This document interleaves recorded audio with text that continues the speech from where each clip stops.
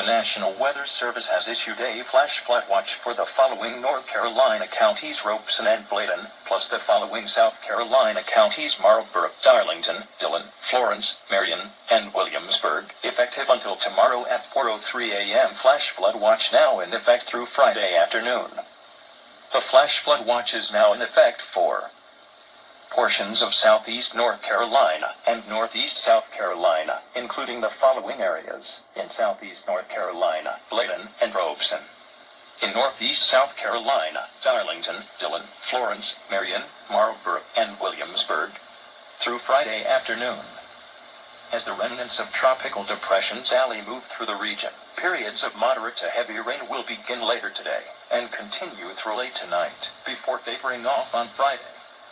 Storm total rainfall amounts of 2 to 4 inches, with locally higher amounts, will lead to a threat of flash flooding in the watch area. Precautionary/preparedness actions. A flash flood watch means that conditions may develop that lead to flash flooding. You should closely monitor this potentially dangerous weather situation. Be prepared to take action should